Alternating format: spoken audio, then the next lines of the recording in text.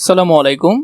আজকে থেকে তোমাদের সাথে আলোচনা শুরু করব তোমাদের নবম দশম শ্রেণী এবং যারা সামনে এসএসসি পরীক্ষা দিবে তোমাদের আইসিটি বইয়ের প্রথম অধ্যায়ের টপিকটি নিয়ে আমরা আলোচনা করব, তথ্য ও যোগাযোগ প্রযুক্তি ও আমাদের বাংলাদেশ। তোমরা জানো আমি খুবই ডিপভাবে পড়ানোর চেষ্টা করি এবং যে বিষয়গুলো পরীক্ষা আসে সেগুলো নিয়ে বিস্তারিত আলোচনার চেষ্টা করি। আমি নোমান, এখন তোমাদের সাথে প্রথম অধ্যায়ের বিষয়টি নিয়ে আলোচনা করব। প্রথমেই দেখো, এখানের মধ্যে যে বিষয়গুলো আসবে এগুলো আমি তোমাদেরকে বলে দিব। 21 শতক ও তথ্য যোগাযোগ প্রযুক্তি। বিগত শতাব্দীতে সম্পদের যে ধারণা ছিল 21 শতকে এসে সেটি পুরোপুরি পাল্টে গেছে। পৃথিবীর সবাই মেনে নিয়েছে যে 21 শতকের সম্পদ হচ্ছে জ্ঞান। তাহলে এই বিষয়টা এমসিকিউতে আসতে পারে, তাই তোমরা তোমাদের বইতেও সুন্দর করে দাগাবে এবং আমিও তোমাদেরকে সুন্দর করে পড়িয়ে দিচ্ছি। যার অর্থ কৃষি, খনিজ সম্পদ কিংবা শক্তির উৎস নয়, শিল্প কিংবা বাণিজ্যও নয়। এখন পৃথিবীর সম্পদ হচ্ছে সাধারণ মানুষ। তাহলে বর্তমানে পৃথিবীর সম্পদ কি? সাধারণ মানুষ। এটা কোন শতকের কথা? 21 শতকের কথা। খুবই গুরুত্বপূর্ণ। তার কারণ শুধু মানুষই জ্ঞান অন্বেষণ করতে পারে, জ্ঞান ধারণ করতে পারে এবং জ্ঞান ব্যবহার করতে পারে। পৃথিবীর সম্পদের এই নতুন ধারাটি সারা পৃথিবীতে মানুষের চিন্তাভাবনার জগৎ পাল্টে দিয়েছে। পৃথিবীর মানুষ এখন 21 শতকের মুখোমুখি হওয়ার জন্য আলাদাভাবে প্রস্তুতি নিতে শুরু করেছে। আমরা সবাই অনুভব করতে পারছি 21 শতকের পৃথিবীটা আসলে জ্ঞানভিত্তিক একটা অর্থনীতির উপর দাঁড়াতে শুরু করেছে। তাহলে 21 শতকের মূল বিষয়টা কি? মূল অর্থনৈতিক বিষয়টা হলো জ্ঞান। এখানে যে বিষয়টা হবে মূল প্রাধান্য সেটা হবে মানুষের জ্ঞান। 21 শতকে এসে আমরা আরও দুটি বিষয় শুরু করেছি। বিষয় দুটা কি কি?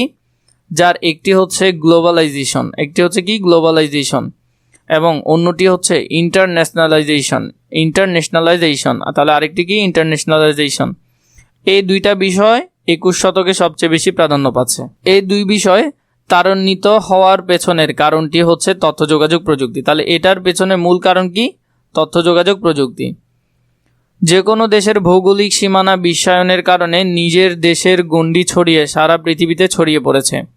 ব্যাপারটি বোঝার জন্য আমরা আমাদের বাংলাদেশের উদাহরণটি নিতে পারি।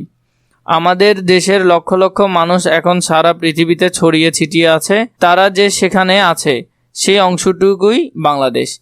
এক অর্থে বাংলাদেশের ভৌগোলিক সীমানা ছাড়িয়ে গেছে। আবার বাংলাদেশের অধিবাসী হয়েও তারা পৃথিবীর অন্য দেশের নাগরিক হয়ে বেঁচে আছে। আন্তর্জাতিকতা এখন এই নতুন পৃথিবীর অলিখিত নিয়ম। তাহলে এটা খুবই গুরুত্বপূর্ণ। আন্তর্জাতিকতাই হলো বর্তমানে পৃথিবীর অলিখিত নিয়ম। এখানে মূল বিষয়টা যেটা বোঝাচ্ছে যে এখন বর্তমানে পুরো পৃথিবীটা একেবারে ছোট হয়ে গেছে। আমরা চাইলেই এখন এখান থেকে অন্য একটা জায়গায় অনায়াসে কল দিতে পারি, দেখতে পারি কেমন আছে সবাই, সেটা বুঝতে পারি। তো এই বিষয়টা যে সেটাই মূলত এখানে বোঝাচ্ছে। আমরা জানি পৃথিবীর মানুষকে একসময় বেঁচে থাকার জন্য পুরোপুরি প্রাকৃতিক অনুকম্পার উপর নির্ভর করতে হতো। মানুষ বিভিন্ন যন্ত্র আবিষ্কার করে পৃথিবীর ওপর নির্ভরশীলতা কমিয়ে এনেছে। অষ্টাদশ শতাব্দী থেকে ঊনবিংশ শতাব্দীতে শিল্প বিপ্লবের পর মানুষ যন্ত্রের উপর নির্ভর করে পৃথিবীর অর্থনীতি নিয়ন্ত্রণ করছে। তো মানুষ কি করলো? অর্থনীতি নিয়ন্ত্রণ করার জন্য যন্ত্র নির্ভর হতে শুরু করলো, এক সময় যেটা ছিল না। পৃথিবীর যে সকল জাতি শিল্প বিপ্লবে অংশ নিয়েছিল এক সময় তারা পৃথিবীকে নিয়ন্ত্রণ করেছে। 21 শতকে যখন জ্ঞানভিত্তিক অর্থনৈতিক সূচনা হয়েছে তখন আবার সেই একই ব্যাপার ঘটেছে। যারা জ্ঞানভিত্তিক সমাজ তৈরি করার বিপ্লবে অংশ নেবে তারা এই পৃথিবীর চালিকা শক্তি হিসেবে কাজ করবে। এই নতুন বিপ্লবে অংশ নিতে হলে বিশ্বকে এক ধরনের প্রস্তুতি নিতে হবে, সেটা আমরা অনুভব করতে পারি। যদি আমরা বেঁচে থাকার সুনির্দিষ্ট দক্ষতাগুলো দেখতে চাই তাহলে সেগুলো হবে পারস্পরিক সহযোগিতার মনোভাব, যোগাযোগ দক্ষতা, সুনাগরিকত্ব, সমস্যা সমাধানের পারদর্শিকতা, বিশ্লেষণীয় চিন্তা দক্ষতা, সৃজনশীলতা এবং তার সাথে তথ্য যোগাযোগ প্রযুক্তির পারদর্শিকতা। এই যে ইনফরমেশনটা দেখতেছ এটা কিন্তু উচ্চতর দক্ষতায় আসবে। যে 21 শতকের কোন কোন বিষয়গুলোতে পারদর্শী হতে হবে বা কোন কোন বিষয়গুলো বেশি প্রয়োজন 21 শতকে, অনেকগুলো আছে। যে কোনো দুইটা বা একটা অথবা তিনটা এখান থেকে উচ্চতর দক্ষতা আকারে উঠাই দিতে পারে। তাহলে এখানে কি কি লাগবে? পারস্পরিক সহযোগিতার মনোভাব থাকতে পারে, যোগাযোগ দক্ষতা থাকতে পারে, সুনাগরিকত্ব থাকতে পারে, সমস্যা সমাধানের পারদর্শিকতার বিষয়টি থাকতে পারে, বিশ্লেষণীয় চিন্তার দক্ষতা থাকতে পারে, এরপরে সৃজনশীলতার বিষয়টি এখানে থাকতে পারে। উচ্চতর দক্ষতায় আসার জন্য এটা খুব বেশি গুরুত্বপূর্ণ, একেবারে 90% বলতে পারো। এরপরে আমরা যে বিষয়টা দেখব, তথ্য ও যোগাযোগ প্রযুক্তিতে পারদর্শিতার সবচেয়ে প্রয়োজনীয় দক্ষতা স্কিল হিসেবে খুব দ্রুত স্থান করে নিয়েছে।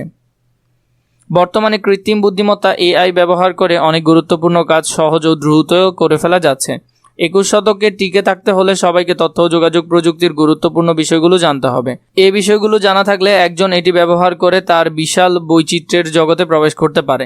একজন শিক্ষার্থী যতক্ষণ পর্যন্ত এই প্রযুক্তি ব্যবহারে অভ্যস্ত না হবে ততক্ষণ পর্যন্ত সে তথ্য সংগ্রহ, বিশ্লেষণ, সংযোজন, মূল্যায়ন করে নতুন তথ্য সৃষ্টি করতে পারবে না।